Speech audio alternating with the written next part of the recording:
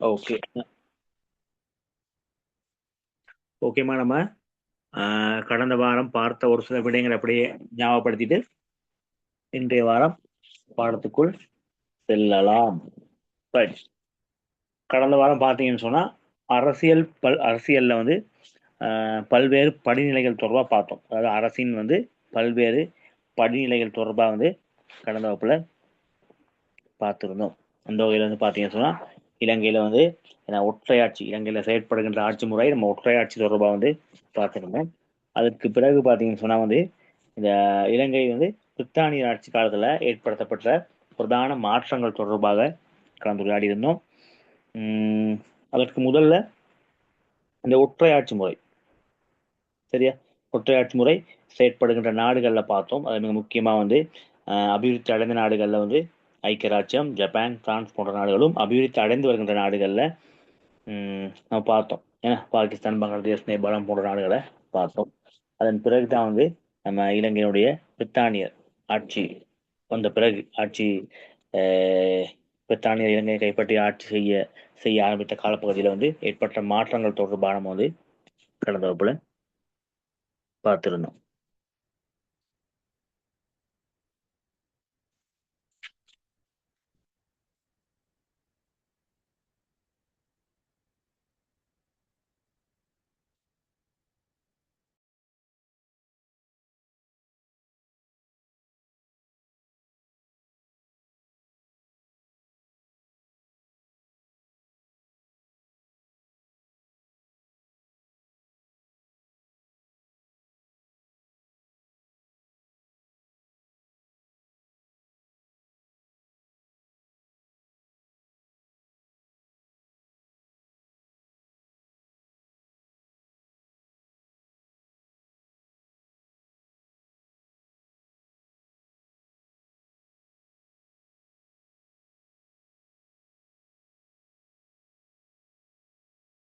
Afrin, line cut ஆயிருதா? அஃப்ரின். இல்ல sir, கால் ஒன்று வந்துட்டு. ஓகே ஓகே ஓகே ரைட், பார்ப்போம் நம்ம. அப்ப பிரித்தானிய ஆட்சி காலத்தில் ஏற்பட்ட மாற்றங்கள்ல முதலாவது பார்த்தீங்கன்னு சொன்னா கோல்புக் கேமரன் சீர்திருத்தம் தொடர்பாக பார்த்திருந்தோம். அப்ப அதுல வந்து சட்டவா கழகத்துல வந்து 15 பேரும், அதுல உத்தியோக சார்புள்ளவர் வந்து பாத்தீங்கன்னா 9 பேராகவும், உத்தியோக சார்பற்றவர் வந்து 6 பேராகவும் இருப்பதை நம்ம வந்து பார்க்கலாம். அதில் மிக முக்கியமா வந்து ஐரோப்பியர் வந்து 3 பேராகவும், சிங்களவர் ஒருவர், தமிழர் ஒருவர், பரங்கியர் ஒருவர் என்ற அடிப்படையில் நம்ம அந்த விடயம் பார்த்தோம். அதன் பிறகு பார்த்தீங்கன்னு சொன்னா 1910ஆம் ஆண்டு கோல்புக் கமன் சீர்திருத்தம் வந்து 1833ஆம் ஆண்டு நடைமுறைப்படுத்தப்படுகின்றது. அதன் பிறகு பார்த்தீங்கன்னு சொன்னா குருமக்களம் சீர்திருத்தம் 1910ஆம் ஆண்டு நடைமுறைப்படுத்தப்படுகிறது. அதுல 21 உறுப்பினர்களும், அதுல உத்தியோக சார்புள்ளவர் வந்து 11 பேராகவும், உத்தியோக சார்பற்ற 10 பேராகவும் காணப்படுகின்றாங்க. அந்த உத்தியோக சார்பற்ற உறுப்பினர்கள் எண்ணிக்கையில் பார்த்தீங்கன்னு சொன்னா வாக்குரிமை மூலம் 4 பேர் தெரிவு செய்யப்படுறாங்க. நியமனம் மூலம் வந்து 6 பேர் தெரிவு செய்யப்படுறாங்க. அப்ப அந்த வாக்குரிமை மூலம் தெரிவு செய்யப்பட்ட 4 பேர்ல கல்வி கற்ற இலங்கையர் ஒரு ஆள், ஐரோப்பியர்கள் 2, பரங்கியர் ஒருவர், மொத்தமாக 4 பேர் வாக்குரிமை மூலமாகவும், நீ பார்த்தீங்கன்னு சொன்னா கரையோர சிங்களவர் 2, கண்டி சிங்களவர் ஒருவர், தமிழர் 2, முஸ்லிம்கள் ஒருவர் என்ற அடிப்படையில் வந்து இந்த நியமனம் மூலம் 6 பேரும் தெரிவு செய்யப்படுறாங்க. அதன் பிறகு பார்த்தீங்கன்னு சொன்னா 1921ஆம் ஆண்டு மணிங் யாப்பு சீர்திருத்தம் நடைமுறைப்படுத்தப்படுகின்றது. இதுல மொத்தமாக பார்த்தீங்கன்னு சொன்னா 37 உறுப்பினர்கள் வந்து சட்டவா கழகத்துல தெரிவு செய்யப்படுறாங்க. அதுல உத்தியோக சார்புள்ளவர் பார்த்தீங்கன்னு சொன்னா 14 பேராகவும், உத்தியோக சார்பற்றவர் வந்து 23 பேராகவும் காணப்படுகின்றது. இதுல பார்க்கலாம் பிள்ளைகள் வந்து பார்த்தீங்கன்னு சொன்னா வந்து ஏற்கனவே நடைமுறைப்படுத்தப்பட்ட கோல்புரூக், அதே போல குருமக்களம் போன்ற யாப்பு சீர்திருத்தங்கள்ல சட்டவா கழகத்துல வந்து உத்தியோக சார்புகளோட எண்ணிக்கை தான் அதிகமா இருந்துச்சு. உத்தியோக சார்பற்றோட எண்ணிக்கை வந்து குறைவா தான் இருந்துச்சு. முதன் முறையாக வந்து பார்க்கலாம் வந்து மணிங் சீர்திருத்தத்துல உத்தியோக சார்பற்றோர் எண்ணிக்கை வந்து 23ஆக அதிகரிக்கப்படுகின்ற அதே வேளை உத்தியோக சார்புகளோட எண்ணிக்கை வந்து 14ஆக காணப்படுகிறது. அதுல பதவி வழியாக 5 பேரை ஆளுநர் வந்து நியமிக்கிற தன்மையும் பார்க்கலாம். சரியா? அடுத்து பார்க்கலாம் உத்தியோக சார்பற்ற எண்ணிக்கை 23 இருக்கின்றது. அதில் வந்து பார்த்தீங்கன்னா வாக்குரிமை மூலம் 16 பேராகவும் நியமனம் மூலம் வந்து 7 பேராகவும் பார்க்கலாம். சரியா? இந்த வாக்குரிமை மூலம் உள்ள 16 பேர்ல இனவாரியான தொழில் ரீதியாக, ஏன்னா அது 5 பேரும், மாகாண தேர்தல் தொகுதிகளாக பார்த்தீங்கன்னா 11 பேரும் நியமிக்கப்படுறாங்க. அதுல இனவாரியான தொழில் ரீதியான பார்த்தீங்கன்னா 5 பேர்ல ஐரோப்பியர் 20, பரங்கியர் ஒரு ஆள், வர்த்தக சங்கத்துல ஒருத்தர், கீழ்நாட்டு உற்பத்தி சங்கத்துல ஒரு ஆள் என்ற விதத்துல 5 பேர் நியமிக்கப்படுறாங்க. மாகாண ரீதியா பார்த்தீங்கன்னு சொன்னா கொழும்புல ஒருத்தரும், மேல் மாகாணத்துல 20, ஏனைய மாகாணங்கள்ல 8 பேரும், மொத்தமாக சேர்த்து 11 பேர். அடுத்து நியமனம் மூலம் 7 பேர்ல வந்து கண்டி சிங்களவர் 20ஆகவும், முஸ்லிம்கள் ஒருவர், இந்திய தமிழர் ஒருவர், சிறப்பு அடிப்படையில 3 பேரும் நியமிக்கப்படுவது தொடர்பாக நம்ம வந்து கடந்த வகுப்புல கடந்த வாரத்தில் நம்ம வந்து கலந்துரையாடி இருந்தோம். இன்றைய தினம் நம்ம பார்க்க இருக்க விடயங்கள் பார்த்தீங்கன்னு சொன்னா 1931ஆம் ஆண்டு அறிமுகப்படுத்தப்பட்ட டொனமூர் அரசியல் யாப்பு சீர்திருத்தம் தொடர்பாக தான் நம்ம இன்றைய பாடத்துக்குள் செல்ல இருக்கின்றோம். அவ கடந்த காலத்தை பார்த்த மாதிரியே பார்த்தீங்கன்னு சொன்னா அப்ப இன்றைய வாரமும் வந்து இந்த டொனமூர் யாப்பு சீர்திருத்தத்துல அரச கழகத்துல மொத்தமாக வந்து பார்த்தீங்கன்னா சுட்டவா கழகத்துல 61 பேர் நியமிக்கப்படுறாங்க.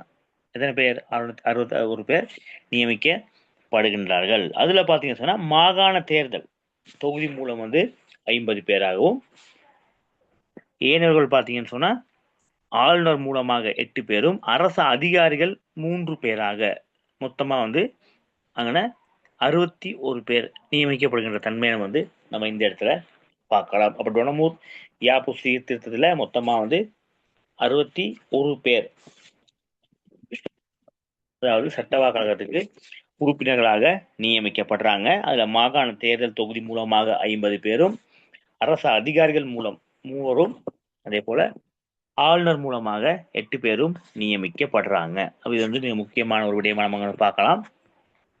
அந்த பாசம்னு சொன்னா நீங்க பிள்ளைகள் வந்து அதாவது இந்த யாப்பின் முக்கிய சிபார்சு முதலாவது பார்த்தீங்கன்னு சொன்னா அது சர்வஜன வாக்குரிமை பற்றி சொல்லப்படுகின்றது. சரியா? அது மட்டும் நான் பார்த்தீங்கன்னா பிரதேச வாரியான பிரதிநிதித்துவம் மற்றும் நிர்வாக குழுமுறை, அதே போல அரசு கழகம் போன்ற விடயங்கள் வந்து இதுல வந்து உள்ளடக்கப்படுகின்ற தன்மையை பார்க்கலாம். சரியா? இப்ப ஏற்கனவே வந்து பாத்தீங்கன்னா பிள்ளைகள் வந்து ஆங்கிலேயரால் அறிமுகப்படுத்தப்பட்ட, அதாவது 1833ஆம் ஆண்டு அறிமுகப்படுத்தப்பட்ட கோல்புக் கமரன் சீர்திருத்தம், 1910ஆம் ஆண்டு அறிமுகப்படுத்தப்பட்ட குரு மக்களால், 1921ஆம் ஆண்டு மணி யாப்பு, அதே போல 1924ஆம் ஆண்டு ஆரம்பிக்கப்பட்ட அரசியல் யாப்பு. அதை தொடர்ந்து பாத்தீங்கன்னு சொன்னா இலங்கையில வந்து இந்த சில வந்து நிர்வாகத்தில் பங்கு பற்றிய, ஏன்னா நிர்வாகத்துல வந்து பங்கு பற்றக்கூடிய வாய்ப்பு வந்து இல்ல கிடைக்காம இருந்துச்சு. 1931ஆம் ஆண்டு அறிமுகப்படுத்தப்பட்டது டொனமூர்ல தான் பாத்தீங்கன்னு சொன்னா இலங்கையருக்கு நிர்வாகத்தில் கூடுதலாக பங்கு கொள்ற வாய்ப்பு வந்து வழங்கப்பட்டிருக்கு. அப்ப ஏனைய யாப்பு சீர்திருத்தங்கள்ல பார்க்கலாம் வந்து நிர்வாகத்துல பங்கு கொள்கின்ற வாய்ப்பு இங்க வழங்கப்படவில்லை. அப்ப சர்வஜன வாக்குரிமை, அதே போல பிரதேச வாரிய நிர்வாக பிரதிநிதித்துவம், அதே போல நிர்வாக குழு முறை, அரச கழகம் போன்ற அம்சங்கள் வந்து டொனமூர் யாப்புல வந்து ஏற்படுத்தப்பட்டவை வந்து மிக முக்கியமான அம்சமாக சொல்லப்படுகின்றது. உதாரணமா சர்வஜன வாக்குரிமை அறிமுகப்படுத்தோட பார்த்தீங்கன்னு சொன்னா மக்களுக்கு வந்து நிர்வாகத்துல பங்கு கொள்ள ஒரு வாய்ப்பு வந்து இங்க வழங்கப்படுற தன்மையை பார்க்கலாம். அதன் பிறகு வந்து 1947ஆம் ஆண்டு அறிமுகப்படுத்தப்பட்ட ஒரு யாப்பு தான் சோல்பரி அரசியல் யாப்பு. சோல்பரி அரசியல் யாப்புன்னு சொல்றோம். இந்த சோல்பரி அரசியல் யாப்பு பார்த்தீங்கன்னு சொன்னா இங்க இரு சபைகள் பாராளுமன்றமா சொல்லப்படுகின்றது.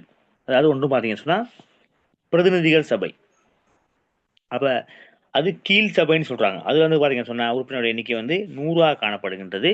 அதே போல செனட் சபை, அதை சொல்றாங்க மேல் சபைன்னு. சரியா? செனட் சபையில பாத்தீங்கன்னா உறுப்பினருடைய எண்ணிக்கை 30ஆக காணப்படுகின்றது. அப்ப 101 பேர், அதாவது கீழ் சபையில பிரதிநிதிகள் சபையில உள்ள 101 பேர்ல வந்து பாத்தீங்கன்னு சொன்னா தேர்தல் மூலமாக 95 பேரும், ஆளுநர் நாயகத்தினால் நியமிக்கப்படுகின்ற எண்ணிக்கை 6ஆகவும் காணப்படுகின்றது. அதே போல இந்த மேல் சபை என்று சொல்லப்படுகின்ற செனட் சபையில மொத்தம் 30 பேர், பிரதமர் ஆலோசனையுடன் ஆளுநர் நாயகம் மூலம் வந்து 15 பேராகவும் பிரதிநிதிகள் சபை உறுப்பினர் மூலமாகவும் 15 பேராகவும் இந்த இடத்துல காணப்படுகின்ற தன்மை நம்ம வந்து பார்க்கலாம். அப்ப இந்த பகுதியம்மா உங்களுக்கு விளங்குச்சாமா?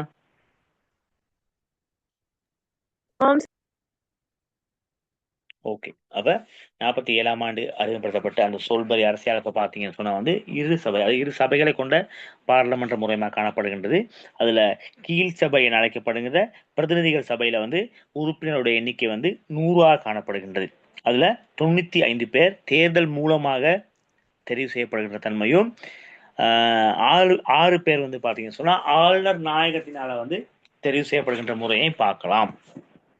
மேல் சபை என சொல்லப்படுகின்ற செனட் சபையில பாத்தீங்கன்னு சொன்னா 30 பேர் உறுப்பினர்களாக தெரிவு செய்யப்படணும். அதுல பிரதமர் ஆலோசனையுடன் ஆளுநர் நாயகத்தினால் வந்து 15 பேர் நியமிக்கப்படுகின்ற அதே வேளை பிரதிநிதிகள்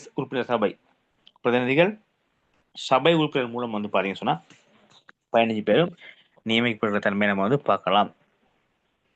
இதுதான் வந்து சோல்பரி அரசியல் யாப்பு சீர்திருத்தம் 1947ஆம் ஆண்டு அறிமுகப்படுத்தப்படுகின்றது. இந்த யாப்பில் வந்து பார்த்தீங்கன்னு சொன்னால், இந்த யாப்பின் மூலம் நடைமுறைப்படுத்தப்பட்ட விடயங்கள் தொடர்பாக நாம் நோக்கும் பொழுது நிறைய விடயங்கள் அவங்க என்ன செய்கிறாங்க, நடைமுறைப்படுத்தி இருக்காங்க. அது என்னென்ன விடயங்கள்னு சொல்லி நம்ம வந்து இந்த இடத்துல வந்து பார்க்க போகிறோம்.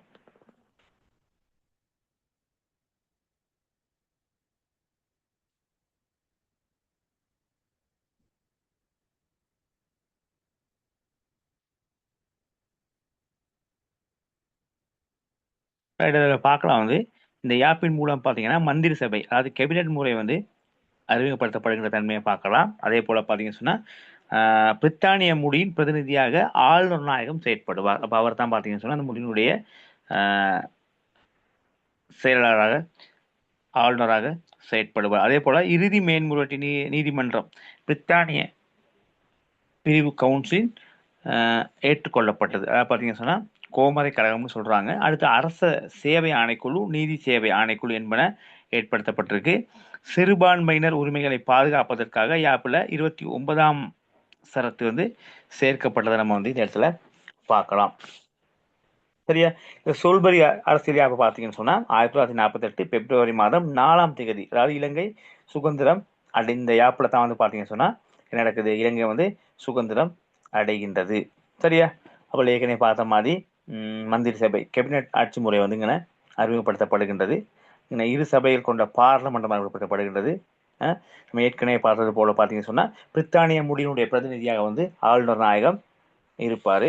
ஏன்னா அடுத்து இலங்கையின் இறுதி மேன்முறையீட்டு நீதிமன்றமாக பிரித்தானியாவில் பிரிவு கவுன்சில் அது ஏற்றுக்கொள்ளப்படும். அதாவது பார்த்தீங்கன்னு சொன்னா கோமரை கழகம்னு சொல்றாங்க. அடுத்து அரச சேவை ஆணைக்குழு, நீதி சேவை ஆணைக்குழு என்பன ஏற்படுத்தப்பட்டதாக நம்ம வந்து பார்க்கலாம். அதே போல சிறுபான்மையின் உரிமையை பாதுகாப்பதற்கு யாப்பில் வந்து 29வது சரத்து ஒதுங்கின சேர்க்கப்படுகின்ற தன்மையை பார்க்கலாம். அப்ப இந்த விடயங்கள் தான் பார்க்கலாம் வந்து 1947ஆம் ஆண்டு அறிமுகப்படுத்தப்பட்ட சோல்புரி அரசியல் யாப்பின் மூலமா நாம் பெற்றுக்கொண்ட விடயங்களை இந்த இடத்துல நம்ம வந்து பார்க்கலாம்.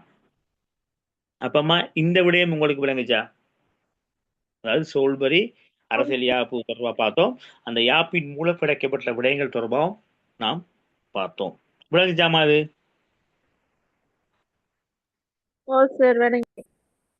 Okay right. அப்ப 2 விடயங்கள் பார்த்தோம் இறுதியா வந்து. ஒன்று வந்து டொனமூர் அரசியல் யாப்பு பார்த்தோம். 1931ஆம் ஆண்டு அறிமுகப்படுத்தப்பட்ட அரசியல் யாப்பு. அதுல மொத்தமா மாகாண தேர்தல் தொகுதி மூலமாக 50 பேரவும், அதே போல அரசு கழகம் மூலமாக வந்து அரசு அதிகாரிகள் 3 பேராகவும், அடுத்து ஆளுநர் மூலமாக 8 பேரும் நியமிக்கப்பட்ட தன்மையில வந்து சட்டவாக்கர் அதனுடைய உறுப்பினருடைய எண்ணிக்கை வந்து 61ஆக காணப்படுகின்றது. டொனமூரில் தான் பார்த்தீங்கன்னு சொன்னா மக்கள் நேரடியாக பங்கு கொள்கின்ற தன்மையை வந்து பார்க்கலாம். அதன் பிறகு 1947ஆம் ஆண்டு பார்த்தீங்கன்னு சொன்னா இந்த சோல்பரி அரசியல் யாப்பு அறிமுகப்படுத்தப்படுகின்றது. ஆனால் 2 சபைன்னு சொல்றாங்க. ஒன்று பார்த்தீங்கன்னு சொன்னா மேல் சபை அழைக்கப்படுகின்ற பிரதிநிதிகள் சபை உறுப்பினருடைய எண்ணிக்கை வந்து 110, தேர்தல் மூலமாக 95 பேரும், ஆளுநர் நாயகம் மூலமாக 6 பேர். மேல் சபை என சொல்லப்படுகின்ற செனட் சபையில உறுப்பினருடைய எண்ணிக்கை வந்து 50 பேர், 30 பேர். பிரதமர் ஆலோசனையின் பேர்ல பாத்தீங்கன்னு சொன்னா ஆளுநர் நாயகம் மூலம் 15 பேர் நியமிக்கப்படுற அதே நேரம் பிரதிநிதிகள் சபை உறுப்பினர் மூலமாக பாத்தீங்கன்னு சொன்னா 15 பேர் நியமிக்கப்படுகிற தன்மையை நம்ம வந்து பார்க்கலாம். ரைட். அடுத்து நாம் பார்க்க போற விடயம் வந்து பாத்தீங்கன்னு சொன்னா மிக முக்கியமானது 1972ஆம் ஆண்டு அறிமுகப்படுத்தப்படுகின்ற முதலாவது குடியரசு யாப்பு தொடர்பாகத்தான் நம்ம இந்த பகுதியில பார்க்க போகின்றோம். ரைட். பார்க்கலாம் வந்து 1972ஆம் ஆண்டு அறிமுகப்படுத்தப்பட்ட அந்த குடியரசு யாப்பின் மூலம் நடைமுறைப்படுத்தப்படுகிற விடயங்கள் தொடர்பாக பார்க்கலாம். இங்க பாத்தீங்கன்னு சொன்ன பிள்ளைல வந்து அதாவது இலங்கை சுதந்திரமும் தன்னாதிக்கமும் இறைமை உள்ள குடியரசாக மாற்றப்படுகின்றது. இப்ப இலங்கையை வந்து பாத்தீங்கன்னு சொன்னா சுதந்திரமும் தன்னாதிக்கமும் இறைமையுள்ள குடியரசாக 1972ஆம் ஆண்டு மாற்றப்படுகின்றது. அடுத்து ஓரங்க சட்டத்துறைக்கு தேசிய அரசு பேரவை என பெயரிடப்படுகிறது. அடுத்து மகா சேனாதிபதி பதவி நீக்கப்பட்டு பேரளவில் பார்த்தீங்கன்னு சொன்னா ஜனாதிபதி என்ற பதவி வந்து உருவாக்கப்படுகின்றது. அப்ப வந்து பேரளவில் தான் அப்ப மகா சேனாதிபதினு சொன்னா ஆளுநர் நாயகம் என அந்த பதவி நீக்கப்பட்டு அதுக்கு பதிலாக பார்த்தீங்கன்னு சொன்னா ஜனாதிபதி என ஒரு பதவி ஏற்படுத்தப்படுகிறது. அந்த ஜனாதிபதியின் அதிகாரங்கள் பார்த்தீங்கன்னு சொன்னா பேரளவுல இருப்பதாக பார்க்கலாம். ரைட். அதன் பிறகு பார்த்தீங்கன்னு சொன்னா இலங்கையில வந்து இறுதி மேன்முறையீட்டு நீதிமன்றமாக உயர் நீதிமன்றம் அமைக்கப்படுகின்றது. ஏற்கனவே நம்ம வந்து பார்த்தோம் சோல்பொரி அரசியல் யாப்பின் படி பார்த்தீங்கன்னு சொன்னா இறுதி மேன்முறையீட்டு நீதிமன்றம் எங்க இருக்கு? பிரித்தானியாவில் பிரிவு கவுன்சில்னு சொல்கின்ற அங்கதான் வந்து அந்த விடயம் தான் ஏற்றுக்கொள்ளப்பட்டுச்சு. ஆனா 1972ஆம் ஆண்டு பார்த்தீங்கன்னு சொன்னா இலங்கையில இறுதி மேன்முறையீட்டு நீதிமன்றமாக இலங்கையுடைய உயர் நீதிமன்றம் அமைக்கப்படுகின்றது. அதோடு சேர்த்து பார்த்தோம்னு சொன்னா அரசியலமைப்பில் நீதிமன்றம் உருவாக்கப்படுகின்றது. அரசாங்க சேவை, அதே போல ஆலோசனை சபை, அரசாங்க சேவை ஒழுக்காற்று சபை மற்றும் நீதி சேவை ஆலோசனை சபை, நீதி சேவை ஒழுக்காற்று சபை என்பன வந்து இங்கே ஏற்றுக்கொள்கின்ற தன்மை நம்ம வந்து பார்க்கலாம். அடுத்து அடிப்படை உரிமைகள் அத்தியாயம் முதலாக யாப்பில் சேர்க்கப்படுகின்றது. முதலாம் அத்தியாயத்தில் சேர்க்கப்படுது. அடிப்படை உரிமைகள் அத்தியாயம் முதலாக யாப்புல சேர்க்கப்படுகின்ற தன்மை வந்து நம்ம பார்க்கலாம். அப்ப இந்த விடயங்கள் தான் பார்த்தீங்கன்னு சொன்னா 1972ஆம் ஆண்டு அறிமுகப்படுத்தப்பட்ட முதலாவது குடியரசு யாப்பின் மூலம் இளைஞர் பெற்றுக்கொண்ட விடயங்களை நம்ம வந்து இந்த இடத்துல பார்க்கலாம். அப்ப இந்த விடயம் அம்மா உங்களுக்கு விளங்குச்சா?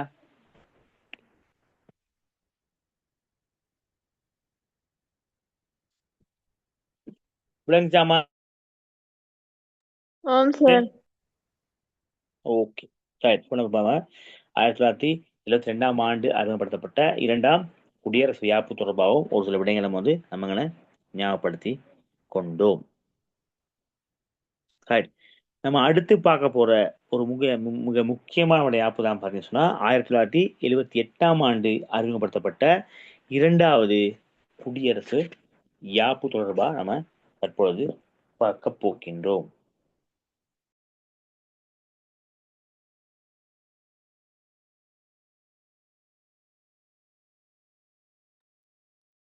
பார்க்கலாம். இப்ப அதாவது 1978ஆம் ஆண்டு இலங்கையில வந்து இரண்டாவது குடியரசு யாப்பு அறிமுகப்படுத்தப்படுகின்றது. சரியா? இப்ப இதற்கு முதல்ல பாத்தீங்கன்னு சொன்னா எனது ஜனாதிபதி முறைதான் வந்து அறிமுகப்படுத்தப்பட்டுச்சு. ஆனால் 1978ஆம் ஆண்டு தான் முதன்முறையாக பார்த்தீங்கன்னு சொன்னா நிறைவேற்று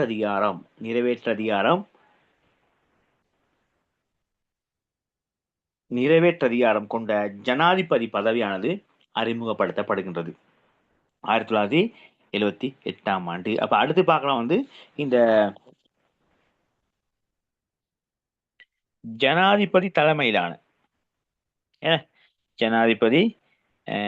தலைமையிலான பார்த்தீங்கன்னு சொன்னா அமைச்சரவை, அதாவது சொல்றாங்க இந்த கேபினட்னு சொல்லுவாங்க. ஜனாதிபதி தலைமையிலான இந்த அமைச்சரவை என்ன நடக்குது இங்க உருவாக்க பெறுகின்றது. சரியா? முதலாக வந்து பாத்தீங்கன்னு சொன்னா வந்து நிறைவேற்று அதிகாரம் கொண்ட ஜனாதிபதி பதவி உருவாக்கப்பட்ட ஒரு யாப்புன்னு சொன்னா 1978ஆம் ஆண்டு அறிமுகப்படுத்தப்பட்ட இந்த இரண்டாவது குடியரசு யாப்புன்னு சொல்லலாம். சரியா? அடுத்து பார்க்கலாம் வந்து இலங்கை வந்து பார்த்தீங்கன்னு சொன்னா ஜனநாயக சோசியலிச குடியரசாக வந்து இந்த இடத்துல வந்து மாற்றப்படுகின்ற தன்மையை பார்க்கலாம். சரியா? அடுத்து பார்த்தீங்கன்னா எளிய பெரும்பான்மை. ஏன்னா எளிய பெரும்பான்மை பிரதிநிதித்துவ முறை நீக்கப்பட்டு விகிதாசார பிரதிநிதித்துவ முறை வந்துங்க அறிமுகப்படுத்தப்படுது. பெரும்பாலும் பார்த்தீங்கன்னு சொன்னா விகிதாசார பிரதிநிதித்துவ முறை வந்து அறிமுகப்படுத்தப்படுகின்றது. அப்ப அடுத்து பார்க்கலாம் தேர்தல் மூலம் தெரிவு செய்யப்படுகின்ற அங்கத்தோட எண்ணிக்கை 196 காணப்படுகின்ற அதே வேளை தேசிய பட்டியல் மூலமாக 29 பிரதிநிதிகள் உறுப்பினர்களாக 225 பேரை கொண்ட பாராளுமன்ற முறை வந்து இங்க அறிமுகப்படுத்தப்படுகின்றது. அதாவது 1978ஆம் ஆண்டு தான் வந்து பாத்தீங்கன்னு சொன்னா இந்த 225 பேரை கொண்ட அந்த பாராளுமன்ற முறை வந்து அறிமுகப்படுத்தப்படுகின்றது. அப்போ ஒவ்வொரு மாவட்டம் அது மாகாணங்கள் வந்து பார்த்தீங்கன்னு சொன்னா 196 உறுப்பினர்கள் தெரிவு செய்யப்படுகின்ற அதே நேரம் பார்த்தீங்கன்னு சொன்னா தேசிய பட்டியல் ஊடாக 29 பேர் தெரிவு செய்யப்பட்டு மொத்தமாக 225 பேரை கொண்ட அந்த பாராளுமன்ற முறை வந்து அமைக்கப்படுகின்ற தன்மையை வந்து நம்ம இந்த இடத்துல பார்க்கலாம். சரியா? அடுத்து பார்த்தீங்கன்னு சொன்னா அரச சேவை ஆணைக்குழு, அதே போல நீதி சேவை ஆணைக்குழு என்பன மீண்டும் அறிமுகப்படுத்தப்பட்ட ஒரு யாப்பாக நம்ம இந்த 1978ஆம் ஆண்டு யாப்பை சொல்கின்றோம். அதோடு சேர்த்து பார்த்தீங்கன்னு சொன்னா அந்த அடிப்படை உரிமை யாப்பில் இணைந்து மனித உரிமைகளை பாதுகாப்பதற்காக என ஏற்பாடுகள் யாப்பின் மூலம் நடக்குது உருவாக்கப்படுகின்றது. அதாவது பார்த்தீங்கன்னு சொன்னா மனித உரிமைகளை காப்பதற்கான அந்த ஏற்பாடுகள் வந்து படுது. அடுத்து பார்க்கலாம் வந்து பாத்தீங்கன்னு சொன்ன வந்து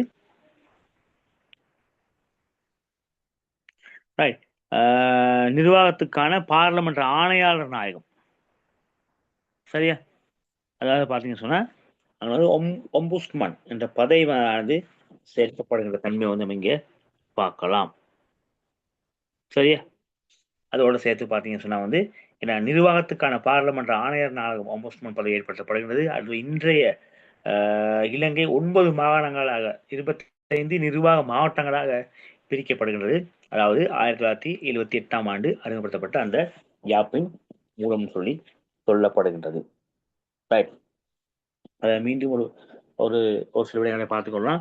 முதலாக பார்த்தீங்கன்னு சொன்னா இந்த இலங்கை வந்து ஜனநாயக சோசியலிச குடியரசு என்ற அடிப்படையில் வந்து பேர் மாற்றம் பெறுகின்றது. அது வந்து மிக முக்கியமான ஒரு விடயமாக வந்துங்க பார்க்கலாம். அடுத்து பார்த்தீங்கன்னு சொன்னா பேரளவிலான ஜனாதிபதி முறை நீக்கப்பட்டு அதாவது நிறைவேற்று அதிகாரம் கொண்ட ஒரு ஜனாதிபதி முறை அறிமுகப்படுத்தப்படுகின்றது. அப்ப நிறைவேற்று அதிகாரம் கொண்ட முதலாவது ஜனாதிபதியாக நம்ம யார சொல்லலாம்? ஜே.ஆர். ஜெயவர்தன அவர்களை சொல்லலாம். அவர் தான் வந்து இலங்கையினுடைய முதலாவது நிறைவேற்று அதிகாரம் கொண்ட ஜனாதிபதி. அப்ப இலங்கையின் முதலாவது ஜனாதிபதினு கேட்டா அதாவது பேரளவு ஜனாதிபதியாக இருந்தவர் பார்த்தீங்கன்னு சொன்னா சர் வில்லியம் கொப்பல்லாவர். ஆனால் நிறைவேற்று அதிகாரம் கொண்ட ஜனாதிபதியாக இருந்தவர் பார்த்தீங்கன்னு சொன்னா வந்து திரு ஜே.ஆர். ஜெயவர்தன அவர்கள். தான் வந்து பார்த்தீங்கன்னு சொன்னா நிறைவேற்று அதிகாரம் கொண்ட ஜனாதிபதியா இருக்கின்றார். சரி, அடுத்து பாருங்க நிறைவேற்று ஜனாதிபதி தலைமையில் வந்து பார்த்தீங்கன்னு சொன்னா வந்து பிரதமர் மந்திரி சபை எனது அறிமுகப்படுத்தப்படுகிறது. அடுத்து பார்க்கலாம் வந்து இந்த பிரதான விகிதாசார பிரதிநிதித்துவம் ஏற்கனவே சொன்னது மாதிரி 196 பேர் வந்து பார்த்தீங்கன்னு சொன்னா மாகாணம் மாவட்டங்கள் அடிப்படையில் தெரிவு செய்யப்படும். அதே நேரம் வந்து பார்த்தீங்கன்னு சொன்னா ஏனைய 29 பேரும் பார்த்தீங்கன்னு சொன்னா எப்படி பிரதிநிதித்துவம் தான் அதாவது தேசிய பட்டியல் மூலமாக தெரிவு செய்யப்படுவாங்க. அப்போ மொத்தமாக வந்து பார்த்தீங்கன்னு சொன்னா வந்து 225 பேரை கொண்ட அந்த பாராளுமன்ற முறை வந்து அமைக்கப்பட்டிருப்பதை நம்ம வந்து இங்கே பார்க்கலாம்.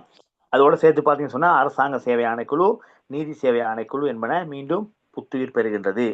அடுத்து வந்து அடிப்படை உரிமை தொடர்பாக சரியா உரிமைகளை பாதுகாப்பதற்கான என்ன யாப்பில் வந்து ஒரு பகுதி ஏற்படுத்தப்படுகின்றது. அதே போல பார்த்தீங்கன்னு சொன்னா நிர்வாகத்துக்கான பாராளுமன்ற ஆணையாளர் நாயகம் அதாவது ஒம்புஸ்மன் என்ற பதவி வந்து இங்கே அறிமுகப்படுத்தப்பட்டு வருகின்றது. அதே போல இந்த யாப்பின் மூலம் தான் பார்த்தீங்கன்னு சொன்னா இலங்கை வந்து 9 மாகாணங்களையும் 25 மாவட்டங்களையும் உள்ளடக்கிய ஒரு இலங்கையாக வந்து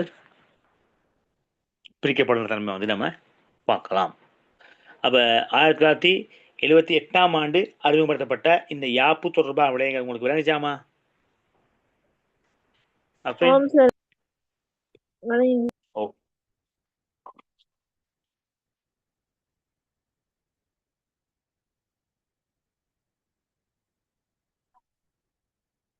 இப்போதைக்கு நம்ம வந்து பார்த்துருக்கோம் டொனமுரி யாப்பு பார்த்தோம். அதாவது 1931ஆம் ஆண்டு அறிமுகப்படுத்தப்பட்ட டொனமுரி யாப்பு தொடர்பா பார்த்தோம். அடுத்து வந்து பார்த்தோம் 1947ஆம் ஆண்டு அறிமுகப்படுத்தப்பட்ட சோல்பரி அரசியல் யாப்பு தொடர்பா பார்த்தோம். அதன் பிறகு பார்த்தோம் 1972ஆம் ஆண்டு அறிமுகப்படுத்தப்பட்டிருந்த முதலாவது குடியரசு யாப்பு தொடர்பான பார்த்தோம்.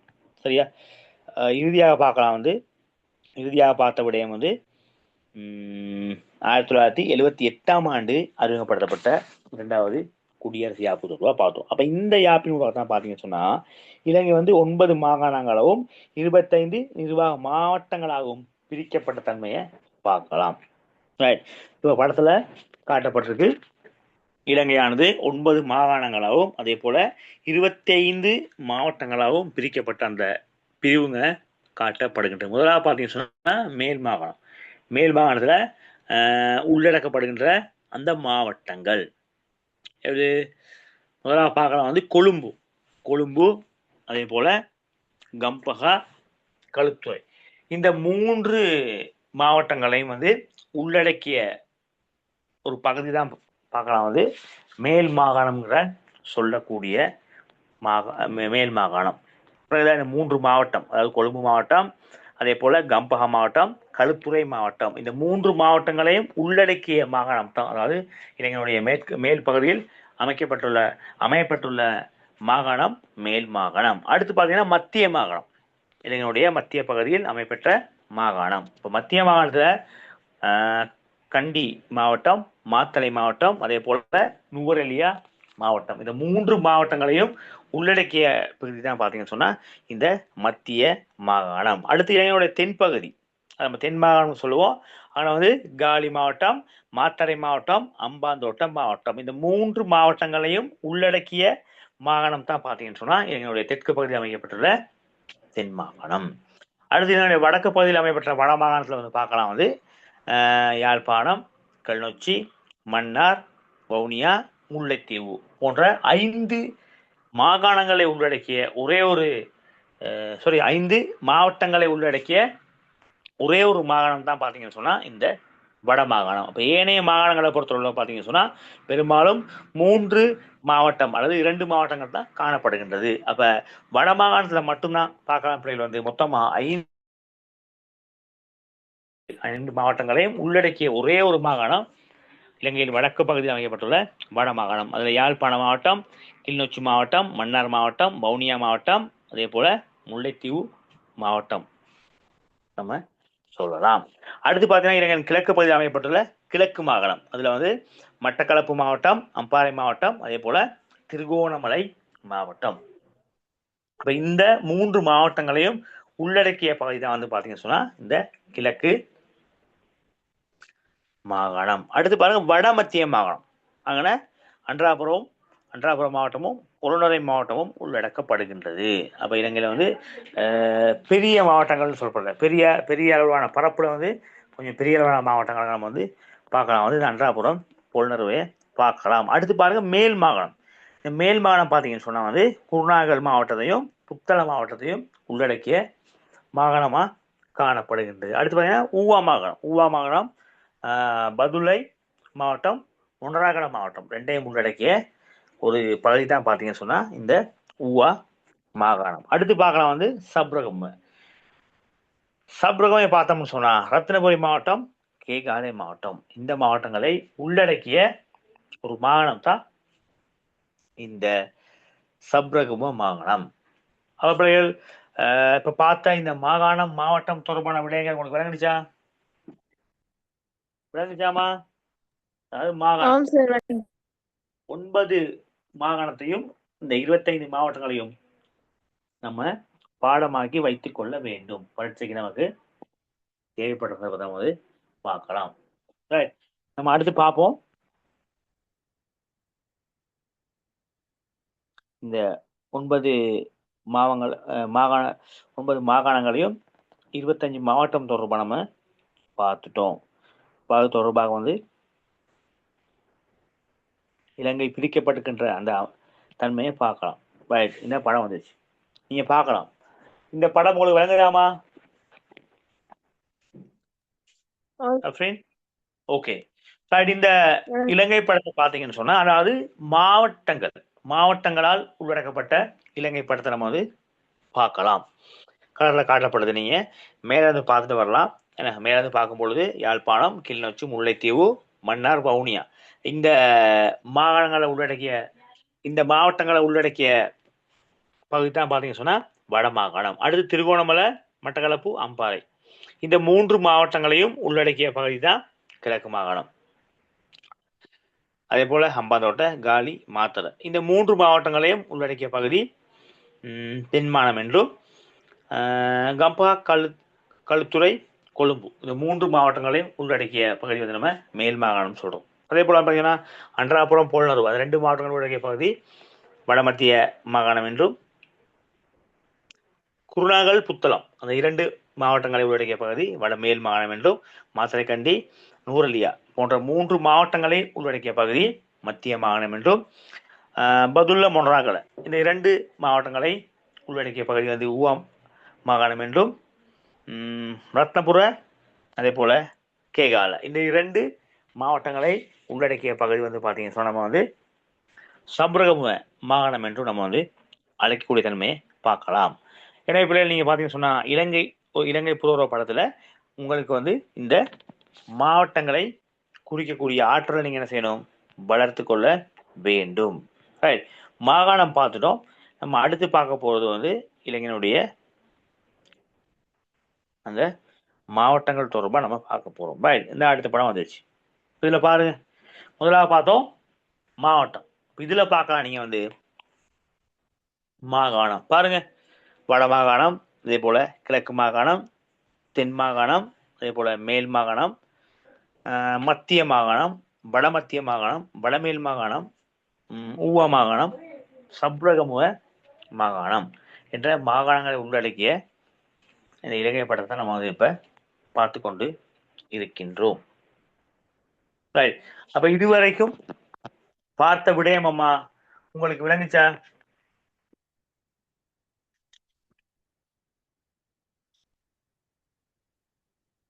விளங்குச்சாமா?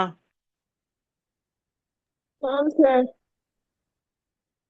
ஓகே, அப்ப நம்ம விளங்குச்சுன்னு சொன்னா நம்ம அடுத்த பகுதிக்குள் செல்லலாம்.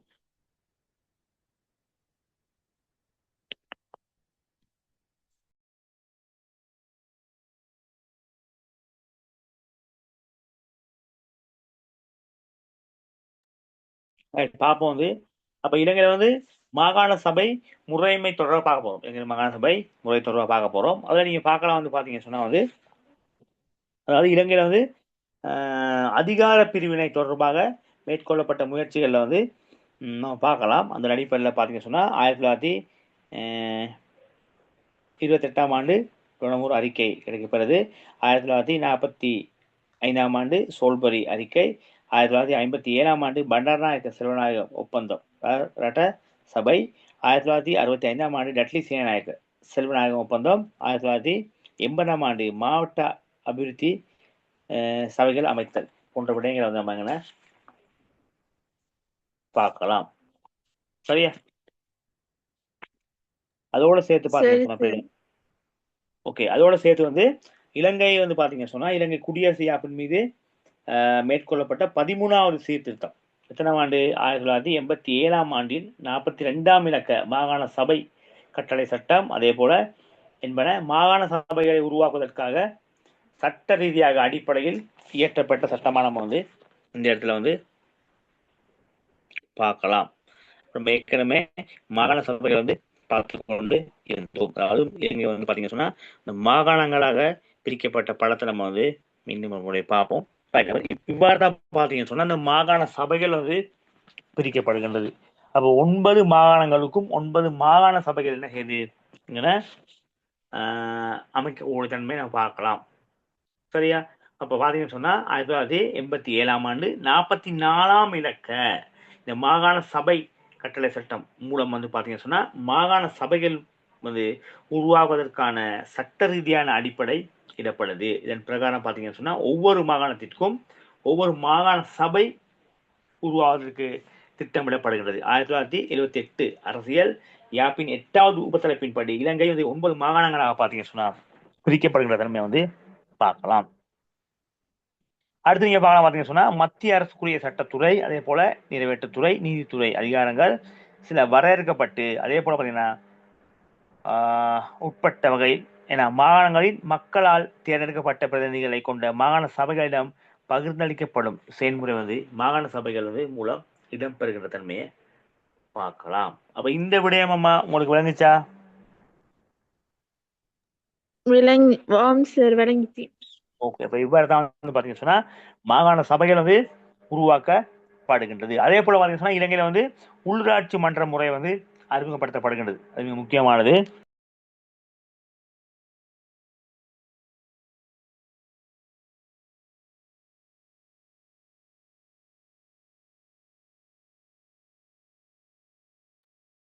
அடுத்து பார்க்க போறோம் வந்து இலங்கையில பாத்தீங்க சொன்னா இந்த உள்ளூராட்சி மன்ற முறை வந்து மன்ற முறை தொடர்பாக அது அறிமுகப்படுத்துற முறை தொடர்பாக பார்க்க போறோம். அப்ப இங்க பாத்தீங்கன்னு சொன்னா இந்த உள்ளூராட்சி மன்ற ஆட்சி முறை தொடர்பாக பாத்தீங்கன்னா எனக்கு நீண்ட ஒரு வரலாறே உண்டு. சரியா? இதன் வரலாற்றை பாத்தீங்கன்னு சொன்னா பல தகவல் மூலம் நம்ம அறிந்து கொள்ளலாம். உதாரணமா பாத்தீங்கன்னு சொன்னா இந்த கமிக ஆரம்ப காலங்கள்ல, ஏன்னா அதாவது மன்னராட்சி காலங்கள்ல இந்த கமிக, பருமக, கம்போஜக முதலிய தலைவர்கள் பார்த்தீங்கன்னு சொன்னா இந்த கிராம நிர்வாகம் வந்து கிராம நிர்வாகமும் அதே போல பார்த்தீங்கன்னா நகர குத்திக என்னும் பதவி வகிப்பவர்கள் பார்த்தீங்கன்னா நகர நிர்வாகம் வந்து மேற்கொள்ளப்படுது. அப்ப இன்றைய காலகட்டத்தில் மாதிரி பார்த்தீங்கன்னு சொன்னா இந்த கிராமங்கள் நகர நிர்வாகங்கள் போன்றன பார்த்தீங்கன்னு சொன்னா ஆரம்ப காலத்திலே மேற்கொள்ளப்பட்டு இருக்கு. அப்ப நகர குத்திகன் என்ற பதவியை பார்த்தீங்கன்னு சொன்னா காலத்திலே இருந்தது. அதாவது பண்டுகாவையன் தன்னுடைய மாமனுக்கு வந்து நகர குத்திகை என்ற பதவியை வழங்கப்பட்டதை நம்ம வந்து பார்க்கலாம். சரியா? அது உள்ளூராட்சி மன்றங்களுக்கு தொடர்பாக பார்க்கும்பொழுது பார்த்தீங்கன்னு சொன்னா கமிக பருமக.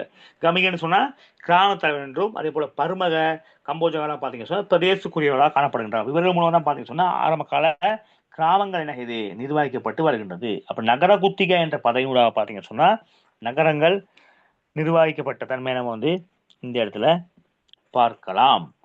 அதே போல வெவல் கட்டிய கல்வெட்டின்படி பார்த்தீங்கன்னு சொன்னா 10 கிராமங்களை ஒரு நிர்வாக அலகாக கொண்டு தசகம் என்னும் உள்ளூராட்சி மன்ற முறை அமைக்கப்பட்டதை வந்து நம்ம பார்க்கலாம். அதாவது பார்த்தீங்கன்னு சொன்னா வெவல் வெட்டிய கல்வெட்டில படி 10 கிராமங்களை ஒரு கிராம அலகாக கொண்டு தசகம் என்ன இன்னும் உள்ளூராட்சி மன்ற முறை அறிமுகப்படுத்தப்பட்ட முறையை நம்ம வந்துங்க பார்க்கலாம். அதே போல பாத்தீங்கன்னா கண்டி ராஜஸ்தானி காலத்திலையும் 10 கிராம நிர்வாகம் பற்றி வந்துங்க ஒரு குறிப்பு வந்து காணப்படுகின்றது. அதே போல கண்டி ராஜ்யம் நிர்வாகத்தை இலகுபடுத்தும் போது பாத்தீங்கன்னா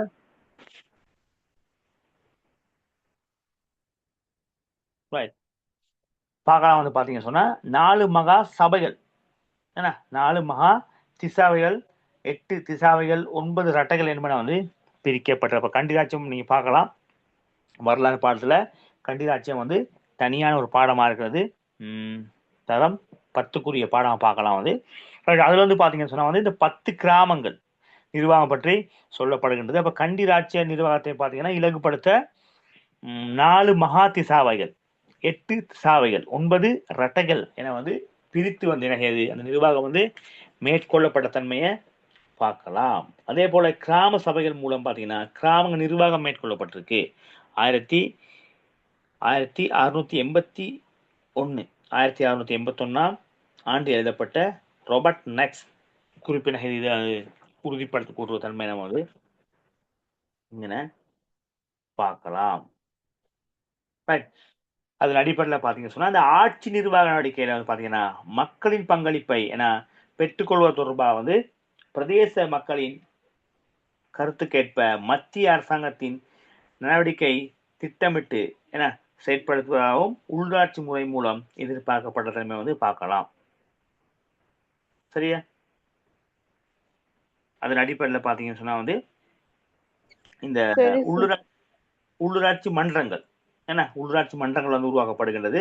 1865 ஆண்டு நகர சபை கட்டளை சட்டத்தின் மூலம் பாத்தீங்கன்னு சொன்னா நகர சபைகள் என்ன இது உருவாக்கப்படுகின்றது. முதல் முறையாக பார்க்கலாம் வந்து நீங்க கொழும்புல, காலில, கண்டியில தான் வந்து பாத்தீங்கன்னு சொன்னா 1865ஆம் ஆண்டு இந்த நகரசபை உருவாக்கப்படுகின்றது. அதன் பிறகு பாத்தீங்கன்னு சொன்னா 1834 நகரசபையும் 1934 கட்டளை சட்டத்தின் மூலம் பாத்தீங்கன்னு சொன்னா கிராம சபைகள் எது உருவாக்கப்படுகிற தன்மையை பார்க்கலாம். அதன் பிறகு 1939 கட்டளை சட்டத்தின் மூலம் பாத்தீங்கன்னு சொன்னா நகர சபைகள் உருவாக்கப்படுகின்றது. அதன் பிறகு 1939 கட்டளை சட்டத்தின் மூலம் பட்டின சபைகள் எது உருவாக்கப்படுகின்றது. சரியா?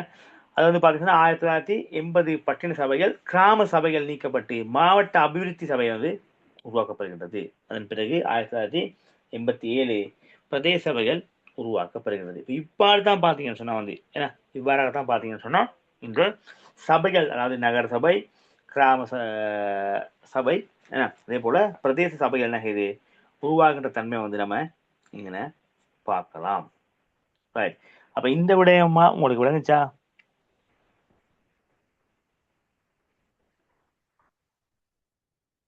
விளங்குச்சாமா?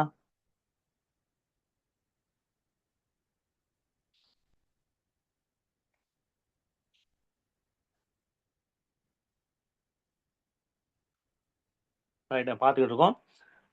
இலங்கை வந்து பாத்தீங்கன்னா சொன்னா மாகாண சபை முறை தொடர்பாக நம்ம வந்து இந்த இடத்துல பார்த்து கொண்டு வாரோம்.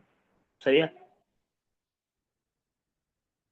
இலங்கையை பொறுத்தவரை பாத்தீங்கன்னு சொன்னா இந்த குடியரசு யாப்பின் மீது மேற்கொள்ளப்பட்ட 13வது சீர்திருத்தன் படி வந்து 1987ஆம் ஆண்டு 42ஆம் இலக்க மாகாண சபை கட்டளை சட்டம் மூலம் வந்து பாத்தீங்கன்னா சொன்னா இந்த மாகாண சபைகள் வந்து உருவாக்கப்படுகின்ற தன்மையை பார்க்கலாம். சரியா? 9 மாகாணமா உருவாக்கப்பட்டு 9 மாகாண சபைகள் உருவாக்கப்படுகின்ற தன்மையை பார்க்கலாம். அதன் பிறகு பாத்தீங்கன்னு சொன்னா இந்த உள்ளூராட்சி மன்ற முறை தொடர்பாக பார்த்தோம்னு சொன்னா வந்து ஆரம்ப காலங்கள்ல, அதாவது மன்னராட்சி காலங்கள்ல வந்து பாத்தீங்கன்னு சொன்னா வந்து இந்த கமிக, பருமக, கம்போஜக முதலிய தலைவர்கள் பாத்தீங்கன்னு சொன்னா கிராம நிர்வாகமும் அதே போல நகர குத்திகர் என்பவர்கள் பாத்தீங்கன்னு சொன்னா நகர நிர்வாகமும் மேற்கொள்ளப்பட்ட தன்மை வந்து நம்ம பார்க்கலாம். சரியா? அப்ப வெவல் கட்டிய கல்வெட்டுல வந்து பாத்தீங்கன்னு சொன்னா 10 கிராமங்களை ஒரு நிர்வாக அழகாக கொண்டு தசகம் என்னும் உள்ளாட்சி மன்றம் வந்து உருவாக்கப்பட்ட முறை தொடர்பாக கொள்ளப்படுகின்றது. கண்டி ராஜ்யத்தை பொறுத்தவரை பாத்தீங்கன்னு சொன்னா இந்த 10 கிராம நிர்வாகம் பற்றி சொல்லப்படுகின்றது. அதுல வந்து பாத்தீங்கன்னு சொன்னா 4 மாசபைகள், 9 திசாவை, 8 ரட்டைகள் என பிரிக்கப்பட்டு வந்து கண்டியானது ஆட்சி அமைக்கப்பட்ட தன்மை நம்ம வந்து பார்க்கலாம். அதே போல பாத்தீங்கன்னு சொன்னா இந்த கிராம சபைகள் மூலம் வந்து கிராம நிர்வாகம் மேற்கொள்ளப்பட்டமை பற்றி 1681ஆம் ஆண்டு எழுதப்பட்ட ராபர்ட் நக்ஸின் குறிப்பின எதுங்கிற உறுதிப்படுத்தக்கூடிய தன்மையை பார்க்கலாம். சரியா? அதன் அடிப்படையில் பாத்தீங்க சொன்னா 1865ஆம் ஆண்டு மகாநகர சபை அதாவது கொழும்பு, காலி, கண்டி என்பன உருவாக்கப்படுகின்றது.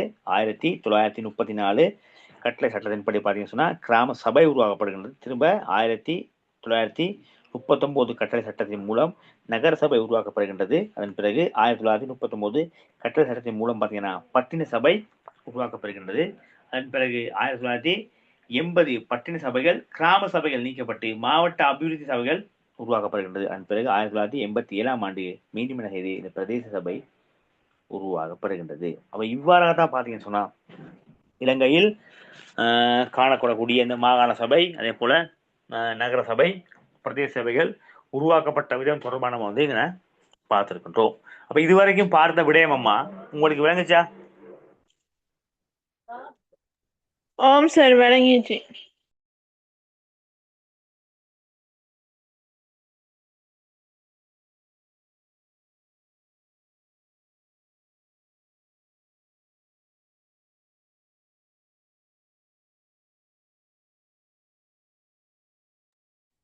விளங்கிச்சு சார். ஓகேம்மா, பாப்போம். அப்ப இது வரைக்கும் பாத்தீங்கன்னு சொன்னா வந்து இந்த யாப்பு முறைகள் தொடர்பாகவும் அதன் மூலம் வந்து இந்த யாப்பு சீர்திருத்தம், அதே போல மாகாண சபைகள், பிரதேச சபைகள் உருவாக்கப்பட்ட முறை தொடர்பாக நம்ம பார்த்துருக்கோம். சரியா? நம்ம இறுதியாக வந்து ஒரு சில விடயங்களை வந்து பார்ப்போம். கடைசியாக நான் பார்க்க போகிற விடயங்கள் பார்த்தீங்கன்னு சொன்ன பிள்ளைகள்,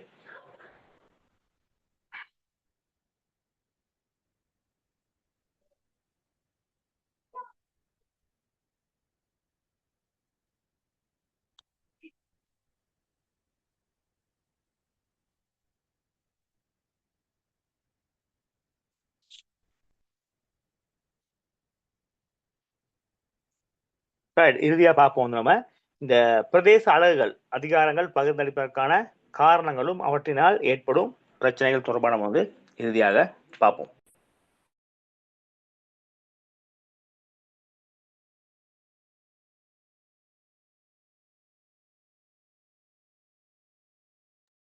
அதில் பார்த்தோம்னு சொன்னா வந்து இந்த பிரதேச அலகுகளாக ஏன்னா அதிகாரங்கள் பகிரப்படுவதற்கான காரணங்கள் தொடர்பாக நம்ம பார்ப்போம்.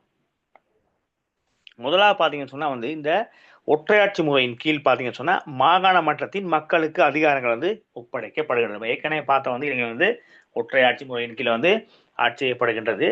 அப்ப என்ன சொல்றான்னு பார்த்தீங்கன்னு சொன்னா வந்து இந்த ஒற்றையாட்சியின் கீழ் வந்து இந்த மாகாணங்களுக்கு என்ன செய்யுது, மக்களுக்கான மாகாண மட்டத்தில் வந்து மக்களுக்கான அதிகாரங்கள் என்ன செய்யுது, பகிர்ந்தளிக்கப்படுகின்ற தன்மையை நம்ம வந்து பார்க்கலாம். அதன் மூலமாக தான் பார்த்தீங்கன்னு சொன்னா வந்து இந்த பிரதேச அலகுகளாக அதிகாரங்கள் வந்து பகிர்ந்தளிக்கப்படக்கூடிய தன்மையை நம்ம பார்க்கிறோம்.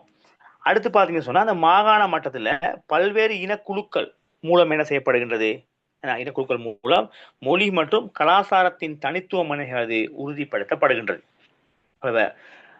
எந்த மாகாணம் சொன்னா அந்த மாகாணத்துக்கு கீழே உள்ள அந்த மாவட்டங்கள் பார்த்தீங்கன்னு சொன்னா அங்கே நிர்வகிக்கப்படுகின்ற தன்மையை வந்து பார்க்கலாம். அப்ப மாகாண மட்டத்தில் பல்வேறு இனக்குழுக்கள் மூலம் வந்து பார்த்தீங்கன்னு சொன்னா வந்து எனது மொழி மற்றும் கலாச்சாரத்தின் தனித்துவம் இணைக்கப்படுகின்றது உறுதிப்படுத்தக்கூடிய தன்மை வந்து இந்த இடத்துல நம்ம வந்து பார்க்கலாம். சரியா? அடுத்து பார்ப்போம் வந்து பார்த்தீங்கன்னு சொன்னா இந்த பிரதேச அபிவிருத்தியை வந்து துரிதப்படுத்துறது மிக முக்கியமானது. சரியா?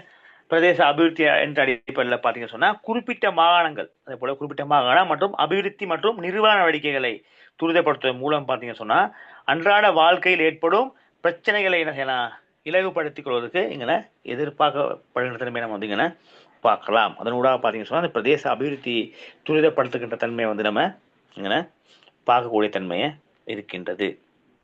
சரியா? ரைட். அதோடு சேர்த்து இன்னும் ஒரு சில விடயங்களை பார்ப்போம்.